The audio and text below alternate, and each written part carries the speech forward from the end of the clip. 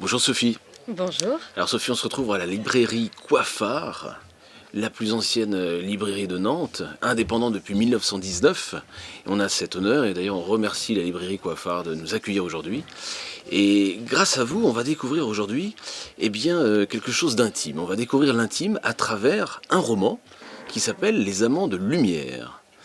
Alors, première question, est-ce que c'est pas un peu présomptueux tout de même de penser que un journal intime peut changer le cours de son existence? Alors en fait, je crois au contraire qu'il y a tout plein d'histoires qui ont démontré que une histoire quelle qu'elle soit, celle d'un homme vivant ou celle d'un personnage imaginaire, peuvent changer une vie. Je pense notamment, par exemple, si on prend l'histoire de Martin Luther King, il a inspiré énormément de monde. Si on prend l'histoire de Gandhi, il a inspiré énormément de monde. Mais à la base, il y a l'histoire d'un homme. Il y a l'histoire, enfin, en l'occurrence, ce sont des hommes que j'ai cités, mais ça aurait pu être aussi des femmes, hein, comme Simone Veil. Et à chaque fois, on rentre dans l'intimité de ces personnages quelque part. Donc non, je suis convaincue qu'une histoire réelle ou imaginaire peut vraiment changer la vie de quelqu'un. Et dans quelle mesure d'ailleurs vous pensez que ça peut changer le cours de la vie des lecteurs? Alors, ce livre-ci, en particulier, est là pour impacter la relation de couple, la sexualité d'un couple, et on rentre vraiment dans l'intime. On va d'abord parler des amants de lumière. Comment sont nés d'ailleurs ces amants de lumière? De quelle envie? Dites-nous. Alors au départ, en fait, les Amants de Lumière, c'est une formation en PNL que j'ai suivie. Donc la PNL, c'est la programmation neurolinguistique. Ce sont des outils qui aident à améliorer sa communication et qui aident à modifier ses croyances. Et j'étais convaincue qu'il y avait un mémoire à réaliser pour valider la formation et ce n'était pas le cas. Pour autant, ça me paraissait pertinent de transmettre le sujet PNL et sexualité qui était à l'origine, le titre du mémoire, et de pouvoir transmettre ça à un public beaucoup plus large. Donc c'est devenu ce roman Les Amants de Lumière. Entendu, très bien. Alors il est question de liberté, il est question d'intuition aussi. Est-ce que vous pensez que l'intuition c'est l'âme? L'intuition est connectée à quelque chose qui est vraiment profond en chacun de nous. Donc il me semble... alors est-ce que c'est l'âme? Je pense qu'on rentre dans des débats philosophiques pour le coup, mais on est sur quelque chose de relativement proche. Et le fait de dire que quelque part l'intuition c'est une part de nous-mêmes qui nous dit ce qui est juste. Donc peut-être qu'effectivement c'est l'âme. Et alors, qu'y a-t-il de plus grand que Dieu et pire que le diable? Ça on peut se poser la question. C'est une référence à Bernard Werber d'ailleurs?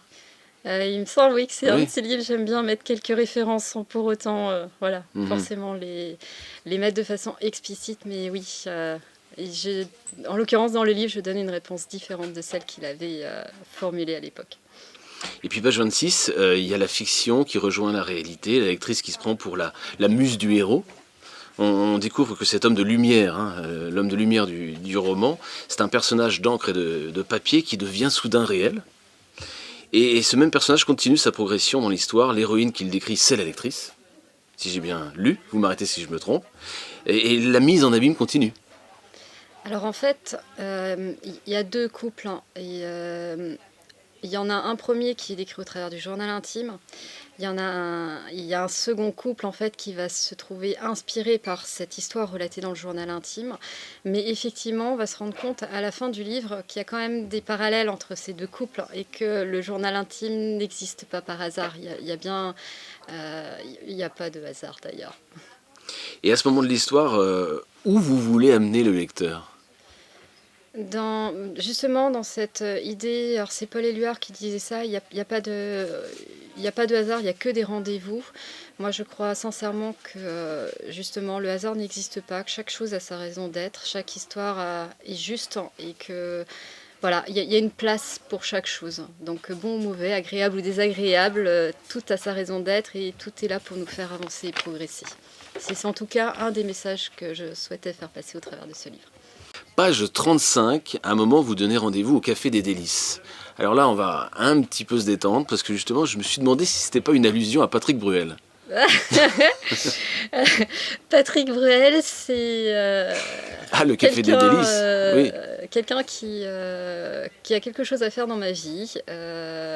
Voilà, je sais que nos chemins vont se croiser un jour, je sais pas quand, je sais pas comment. Patrick Bruel, si tu entends, je serais très heureuse de te rencontrer pour échanger.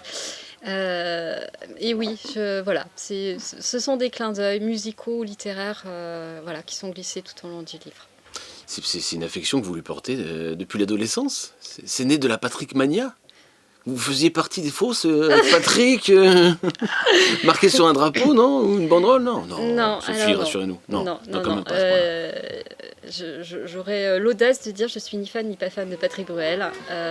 Juste c'est quelqu'un que je trouve admirable d'un point de vue professionnel, qui a énormément de choses à apporter et voilà, pour le coup je trouverais intéressant d'échanger avec lui sur tout plein de sujets.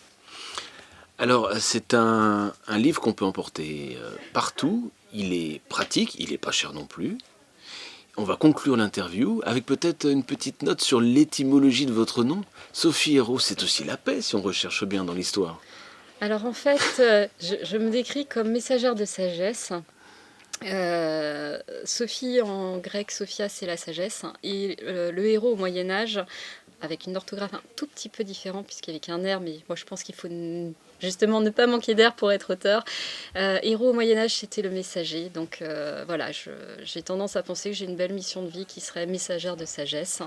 Donc voilà, le livre est un des supports que j'utilise pour faire véhiculer un certain nombre de messages. Alors Sophie, vous êtes auteure, vous êtes aussi conférencière et coach en motivation et en intelligence émotionnelle.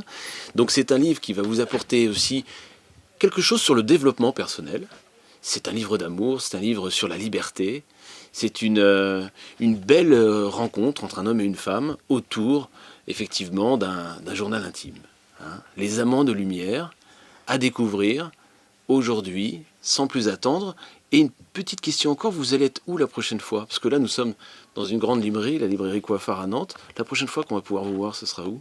Alors ce sera à la médiathèque d'Éric le 4 mars, donc de 10h à midi et demi et de 14h à 16h, où il y a donc séance de dédicaces de prévues et lecture d'extraits de livres avec 4 autres auteurs locaux. Merci Sophie, eh bien, que la dédicace commence et merci de nous avoir suivis. On vous recommande ce petit livre de Sophie Hérault, Les Amants de Lumière. Merci beaucoup.